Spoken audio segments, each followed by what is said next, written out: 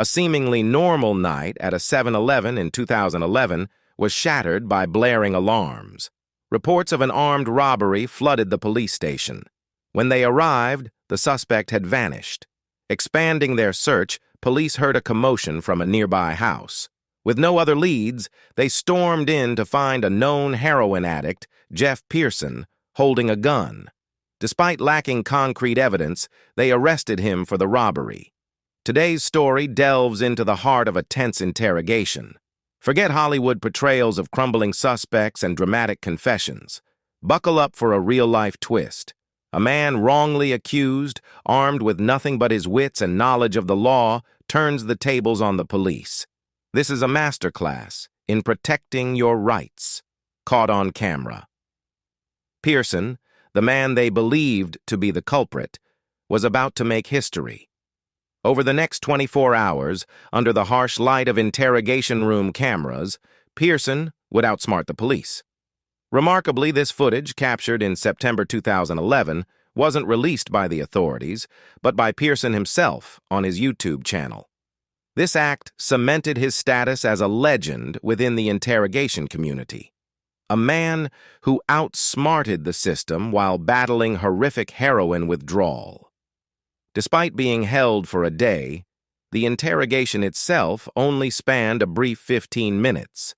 Jeff Pearson's daring robbery in Georgia could have landed him in serious trouble. The state's sentencing guidelines for armed robbery are harsh, with a minimum of 10 years imprisonment and a maximum sentence of life without parole. However, Jeff's fate took a surprising turn. Instead of facing a multi-decade prison sentence, he spent the next 24 hours in an interrogation room, not as a prisoner subjected to grueling questioning, but as a teacher delivering a masterclass in surviving police custody. The now infamous footage, uploaded to YouTube by Jeff himself, offers a fascinating glimpse into police interrogation tactics and how to counter them. We see Jeff sitting handcuffed in a stark, windowless room. He's clad in prison scrubs, indicating he's likely been processed and held in a cell while the police built their case. Jeff wastes no time. He immediately inquires about his arrest status and the charges against him. This opening move reveals Jeff's preparation. He knows his rights and understands the importance of asserting them from the outset. Here, the video presents a crucial lesson. Knowledge is power. By knowing your rights, you can navigate a police encounter with greater confidence and control. The interrogation then presents viewers with a critical choice point. Depending on the situation, you may not even be under arrest. If that's the case, Jeff demonstrates a powerful option. Politely, but firmly, inform the officers that you are not obligated to answer questions and are free to leave. This simple act can significantly alter the course of an interaction with law enforcement. Following his initial inquiries, things get even more interesting for Jeff. If the arrest is legitimate, Jeff has another powerful tool: the right to remain silent and request an attorney. Exercising these rights can significantly impede the police investigation, giving you valuable time and space to build a strong defense. The irony is that American law enforcement officers are legally required to inform you of these very rights during an arrest. This critical information, delivered through the Miranda warning, often gets lost in the stress and confusion of the moment. Many people, familiar with the Miranda warning from countless TV shows and movies, tune it out entirely.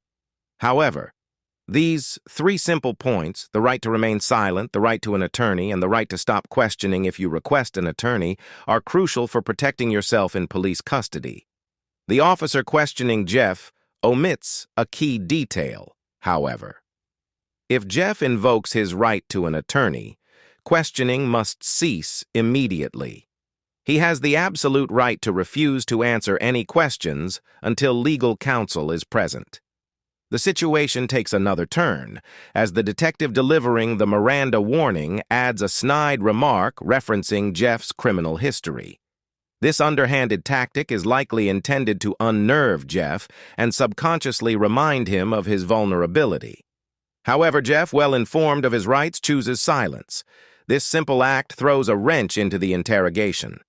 The lead detective leans back in his chair, feigning indifference to Jeff's silence.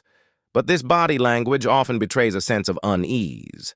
The detective likely understands that extracting a confession from Jeff will be a challenge. In this first round, Jeff masterfully flips the script.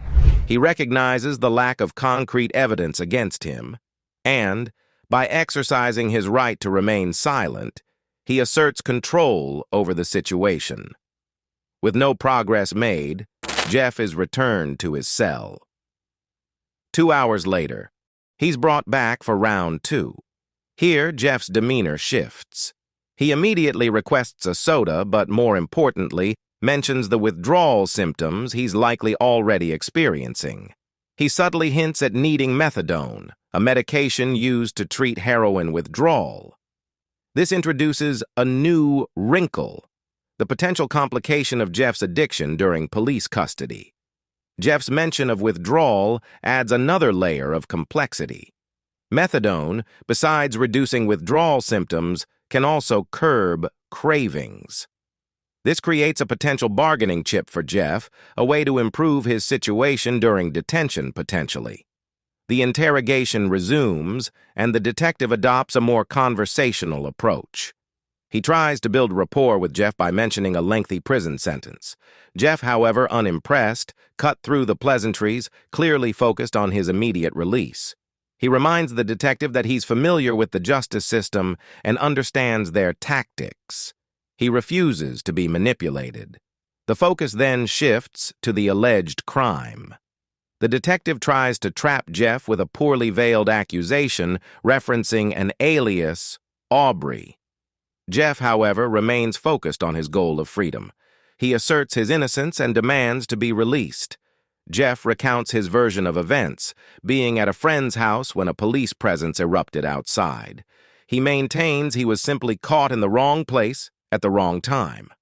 A search produced nothing incriminating. Presented with a document, likely a statement for Jeff to sign, but he refused.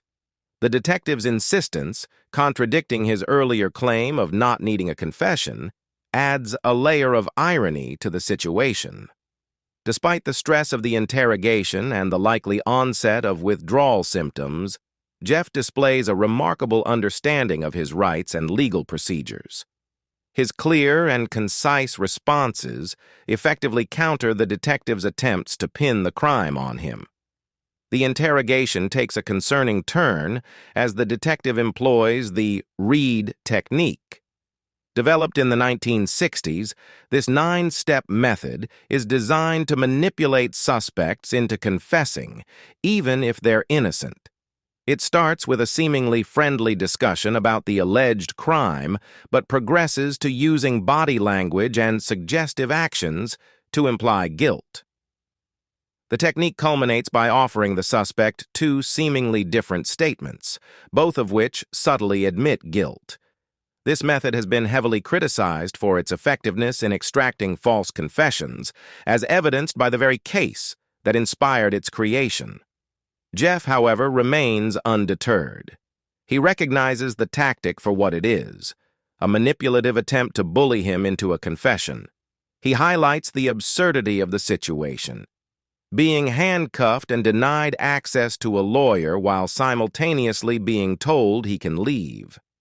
He reiterates his innocence and expresses frustration at the repeated detentions for similar false accusations. With Jeff's unwavering stance and the clock ticking, the detective abandons any pretense of sophisticated tactics. He resorts to desperate pleas, a sign that Jeff's strategy is working. The interrogation descends further as the detective resorts to increasingly dubious tactics. He abandons the manipulative read technique and moves on to blatant threats. He fabricates evidence implying he has incriminating information when in reality he's likely grasping at straws. This is a desperate attempt to intimidate Jeff into submission. The detective even tries to strike a bargain. He offers to put in a good word with Jeff's parole officer in exchange for cooperation. This offer is laughable, Considering Jeff maintains his innocence, and a glowing recommendation from a frustrated detective wouldn't make much of a difference if Jeff is facing a lengthy prison sentence. Jeff, astute as ever, sees through these ploys. The detective's frantic attempts to pressure him further confirm the lack of concrete evidence. Furthermore, the detective's continued questioning, despite Jeff's repeated requests for an attorney, is a clear violation of Jeff's Miranda rights. Jeff is aware of the ticking clock. He knows the police have a limited window to extract a confession, and he's determined to outlast them. For the next 4 grueling minutes, he endures a barrage of tactics: denial of his requests, fabricated evidence, threats of returning to prison without access to drugs, and attempts to strike a deal. Through it all, Jeff remains stoic. He recognizes he's nearing victory. Finally, Jeff asserts his dominance. He declares he's done answering questions, aware that everything said so far can be used as evidence. He references the legal process, demonstrating his understanding of his rights. The detective, flustered and empty-handed, grasping at straws, tried to connect with Jeff by mentioning a legal concept Jeff likely had no understanding of. Jeff, however, remained focused on his immediate needs: a soda. He then threw the officer a curveball by requesting a butter figure, a nonsensical demand that wouldn't hold any legal weight. This tactic likely served 2 purposes: to confuse the detective and to lighten the mood in a tense situation. Finally, Jeff played his trump card. Feigning a medical emergency, he claimed to be coughing up blood. This forced the officers to prioritize his health and take him to a hospital, effectively ending the interrogation.